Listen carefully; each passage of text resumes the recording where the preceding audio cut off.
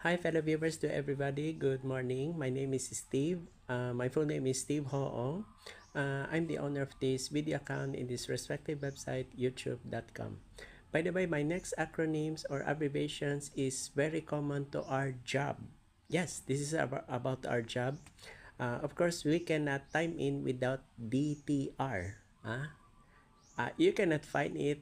I'm not so sure if you can find it in the internet, but this is common in the, let's say, obsolete time.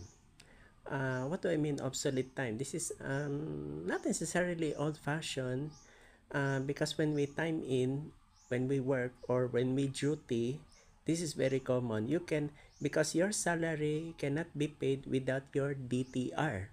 Okay. The acronyms or abbreviations that I will discuss for today is DTR. Okay, the question is, what is DTR? DTR stands for Daily Time Record. You're surprised? DTR stands for Daily Time Record. So every time you duty, you need to punch. Before, they are using card. I think right now it's not anymore the punch card. Right now, I think they are using biometrics, your thumb mark. That's your time in. So meaning, if you duty on morning, counted. So after lunch, when you come back this afternoon, punch, counted.